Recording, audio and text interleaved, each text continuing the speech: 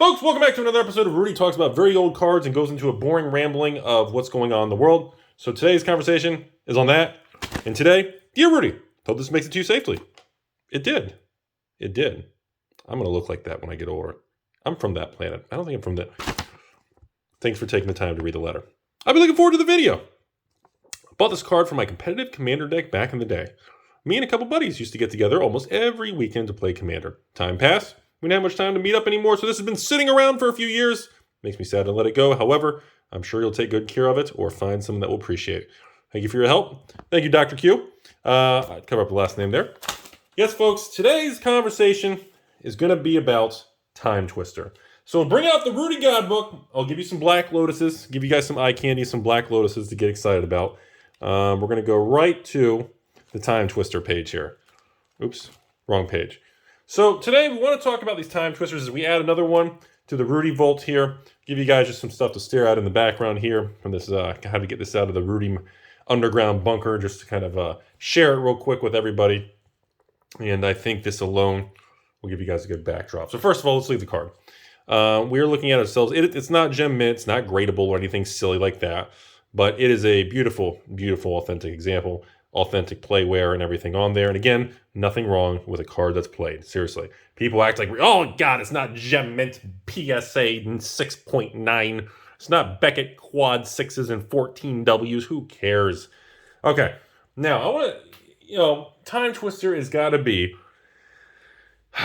this has to be one of the most bizarre stories of boom and bust and price swings ever, Because TimeTwister was deemed the cheapest one of the... Oh, look, that's a signed TimeTwister. I didn't even realize that was signed in the corner there. Again, these are my raw. These are the things I never graded in the past. TimeTwister was one of the cheaper ones. It's kind of the Bazaar of Baghdad of the ABU. Or Bazaar in Arabian Nights was cheap. Everybody wanted the Loa. And TimeTwister was... I remember growing up in the 90s and 2000s, like, there was... People weren't fighting over TimeTwisters. Like, that was... Like almost, I'm going to say it was kind of a trade bait thing, People always wanted the Lotus. They always wanted the 5 Moxons, Time Walk, and of course, to this day, I still feel the most powerful Magic card ever made, Ancestral Recall. I still feel 1 drop, instant speed, draw 3, force 3 is still the most potent Magic card ever made in the history of Magic. I think I'm still a Black Lotus is overrated, but it's just iconic.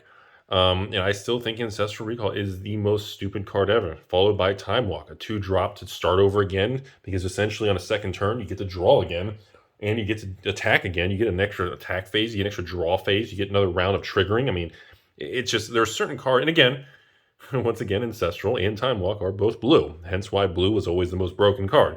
Hence, Tundra, Underground Sea, Volcanic, and blue-related duels, and blah, blah, blah. So, you get to Antiquities, and sure enough, what do you got? Transmute and Power Artifact, the 2 big bad blue guys. It's just kind of one of those things, man. But the fact that TimeTwister was one of the cards that, until literally like 5 years ago, TimeTwister was still pretty, relatively cheap, okay? Like a card, you guys don't understand, like, I bought a lot of these raw ones that I didn't grade. These were mostly purchased for probably $300 to $500 range. And then I started buying the last few, like this one, obviously, nowhere near that. This sucker's way into the thousands. But, even a played one like this, you're going to be a solid 4,000, 5,000, even up to 10,000 if it's gem mint, But the point is, I still have a hard time accepting where the card like this is because of my own price memory. And this is a great example of how there's times that even you are your own worst enemy, and myself, can hold myself back, because even as this price, I remember when TimeTwister hit $1,000, and I refused to buy any of them because I thought they were overpriced. Of course, this was many years ago, but because I didn't understand, I was like, dude, TimeTwister, it's not that great, man. You're helping your opponent and yourself. Like, I was very bitter on this card. I was never a fan of TimeTwister. To this date, yes, people have showed me the benefit of TimeTwister. I've seen some of the use cases and everything where the time you execute the card and how you actually use it, and where it doesn't help your opponent as much, or maybe they already have a full hand of cards, or so they're not really getting the card draw advantage, or maybe they're getting damage for every card they draw, or so maybe it's something silly.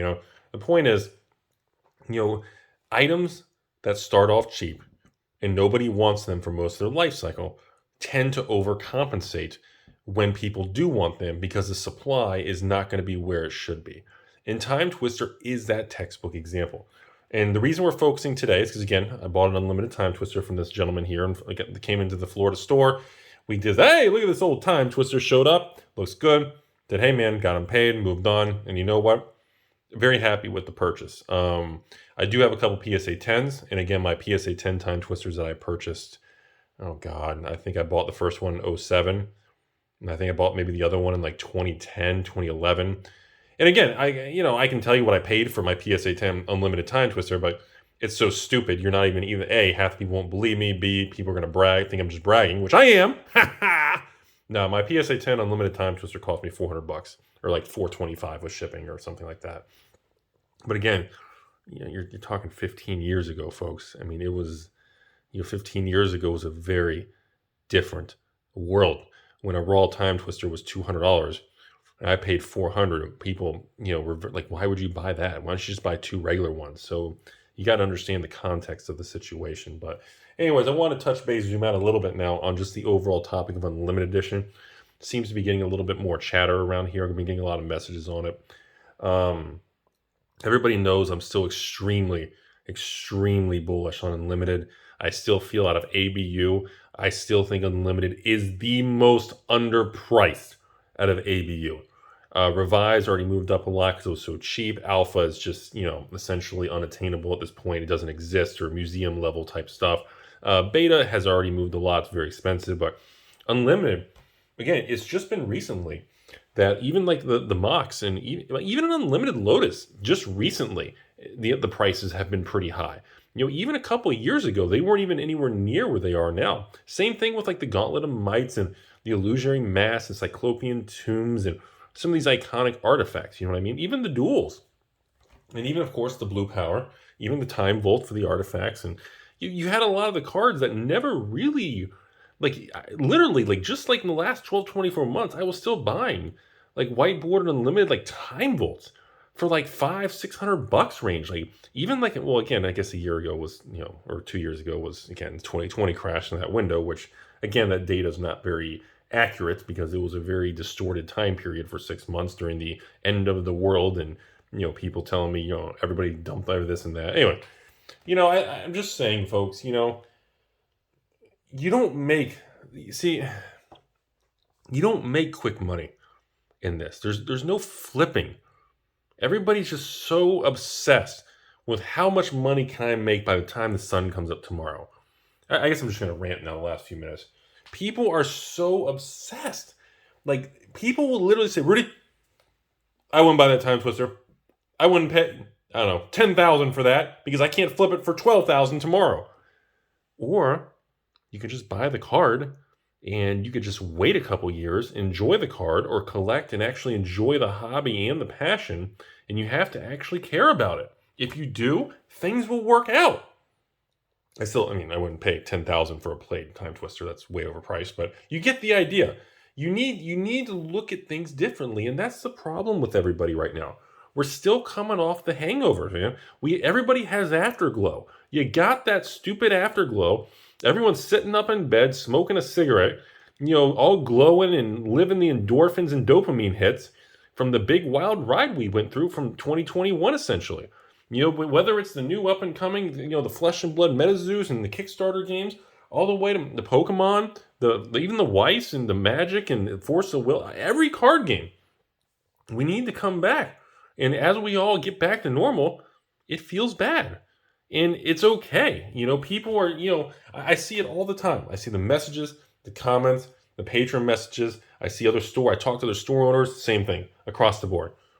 Same comments everywhere. Customers are frustrated, prices are too high, and people don't understand the behind the scenes. How much money it costs to ship some of this heavy stuff, to move it, the cost to buy the packaging, the cardboard, the custom shaped boxes, the rolls of tape, the labor to transport, the mail, the returns, the fraud. People have no idea. They don't understand. I think some do. I don't want to say people.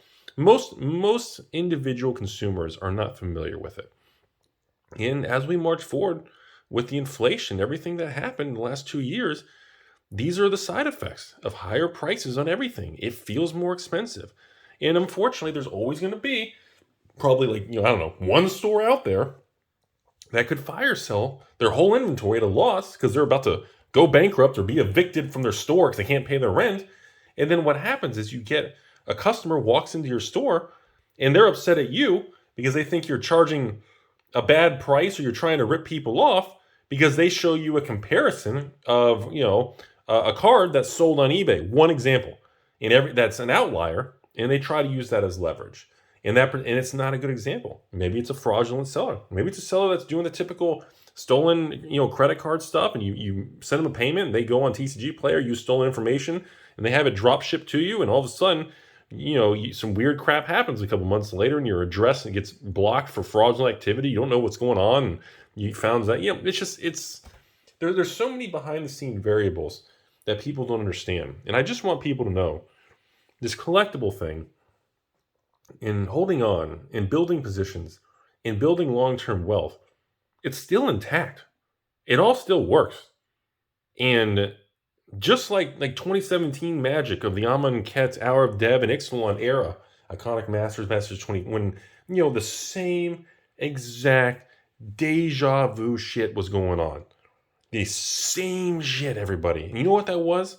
Everything's overpriced, blah, blah, blah. Every store's a ripoff. Rudy's a scam. Don't buy it all. He's dumping all this garbage. It's the same effing thing.